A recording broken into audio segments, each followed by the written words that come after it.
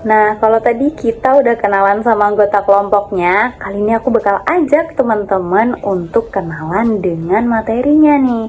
Nah, di sini aku bakal bawain definisi dari identifikasi dan asesmen anak dengan hambatan fisik dan motorik. Nah, kita sering banget dengar kata identifikasi dan asesmen. Jadi keduanya sama apa beda gitu ya? Jadi jawabannya itu beda, karena identifikasi itu adalah proses kita menemukan, kemudian kita mengenali anak-anak dengan hambatan fisik dan motorik itu dari gejalanya. Tapi kalau assessment itu lebih detail lagi. Jadi kita harus ngelakuin tes dan juga kita harus cari-cari data dan informasi untuk bisa menentukan seorang anak itu beneran apa enggak sih punya hambatan fisik dan motorik.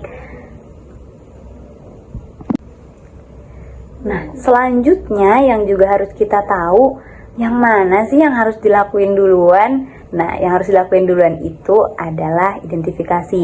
Jadi kita harus menemukan dulu, kita ketemuin dulu nih anaknya. Terus kita juga harus ngenalin gejala-gejala apa sih yang terjadi sama si anak. Untuk kemudian hasilnya tadi kita lanjutkan lagi untuk melakukan assessment. Nah, assessment itu dilakukan tes di situ, terus dikumpulin data-datanya hingga mendapatkan hasil yang valid. Apakah anak ini benar mengalami hambatan fisik dan motorik atau tidak. Yang selanjutnya adalah identifikasi anak dengan hambatan fisik dan motorik. Jadi secara umum tujuannya ini adalah untuk menghimpun informasi yang mengalami kelainan dalam tumbuh kembang anak tersebut. Nah, jadi ini dibagi menjadi 5. Yang pertama itu adalah penjaringan. Nah, penjaringan ini bertujuan untuk dilakukan terhadap semua anak yang diduga mengalami hambatan fisik dan motorik. Jadi pada tahap ini biasanya berfungsi untuk menandai apakah anak-anak ini menunjukkan gejala atau tidak. Jadi kemudian menyimpulkan anak-anak mana yang mengalami hambatan tersebut. Terus yang kedua adalah pengalih tantangan. Nah, ini itu adalah berdasarkan gejala-gejala yang ditemukan pada tahap penjaringan pertama tadi. Jadi selanjutnya anak-anak dapat dikelompokkan menjadi 2. Jadi yang pertama itu anak tidak perlu dirujuk ke ahli lain atau profesional dan dapat langsung ditangani sendiri oleh guru dalam bentuk layanan pendidikan. Maksudnya layanan pembelajaran. Terus yang kedua, anak yang perlu dirujuk ke ahli lain terlebih dahulu seperti psikolog, dokter, terapis, atau guru PLB. Terus yang ketiga itu adalah klasifikasi. Nah, ini apakah mereka yang telah dirujuk tersebut benar-benar bermasalah dalam belajar atau perkembangannya. Ini bertujuan untuk menentukan apakah yang telah dirujuk ke tenaga profesional tadi benar-benar bermasalah atau tidak dari segi fisik dan motorik. Jika iya, maka bisa melanjutkan atau memeriksa ke tenaga profesional yang telah ditemukan dalam masalah yang perlu penanganan lebih lanjut. Misalnya pengobatan, terapi, latihan-latihan khusus, dan sebagainya. Dan terus yang keempat adalah perencanaan pembelajaran. Ini bertujuan untuk keperluan penyusun program pembelajaran individual pada tahap ini. Kegiatan identifikasi bertujuan untuk keperluan penyusun program pembelajaran yang individualisasi. Dasarnya adalah hasil dari klasifikasi. Nah, terus yang terakhir itu adalah pemantauan kemajuan belajar. Jadi ini perlu diketahui apakah program pembelajaran khusus yang diberikan itu berhasil atau tidak. Apabila dalam waktu kurun tertentu anak tidak mengalami kemajuan yang signifikan berarti, maka perlu ditinjau lagi untuk beberapa aspek yang berkaitan. Misalnya, apakah didiagnosis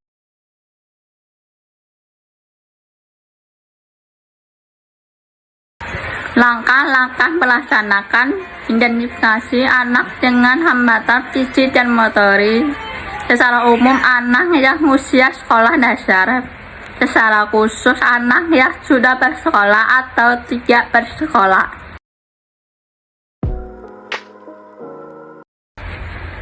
Lanjutan, contoh untuk anak-anak yang sudah masuk sekolah tentang anak dan mengadakan pertemuan kasus.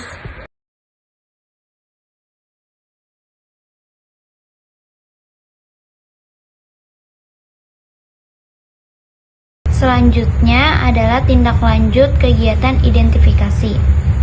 Yang pertama adalah perencanaan pembelajaran dan pengorganisasian siswa yang menjadi 3 tahapan. Yang pertama adalah menentukan pembelajaran yang dipilih. Yang kedua adalah menyusun pembelajarannya sendiri. Yang ketiga adalah menentukan program atau layanan atau problem belajar yang akan ditangani. Yang kedua adalah pelaksana pembelajar. Pelaksana pembelajar adalah rencana yang telah disusun pada sebelumnya. Pemantauan kemajuan belajar adalah pemantauan untuk mengetahui seorang guru apakah telah memberikan layanan pendidikan yang baik kepada anak.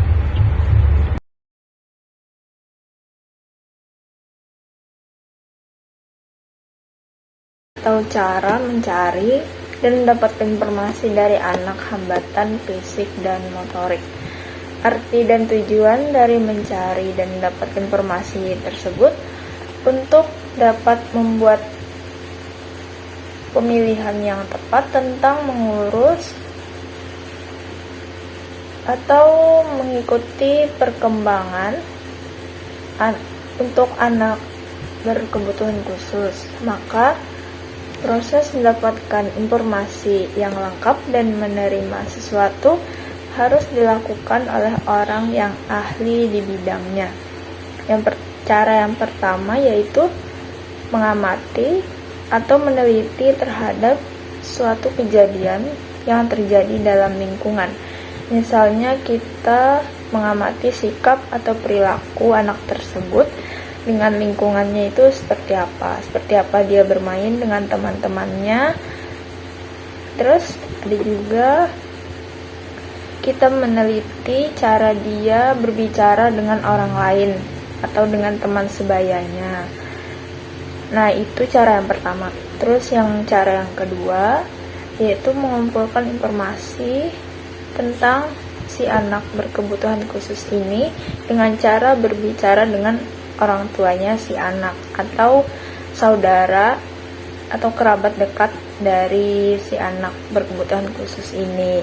Misalnya kita tanya jawab dengan orang tua si anak tadi untuk mengumpulkan informasi agar kita tahu bahwa anak tersebut apakah anak berkebutuhan khusus atau bukan.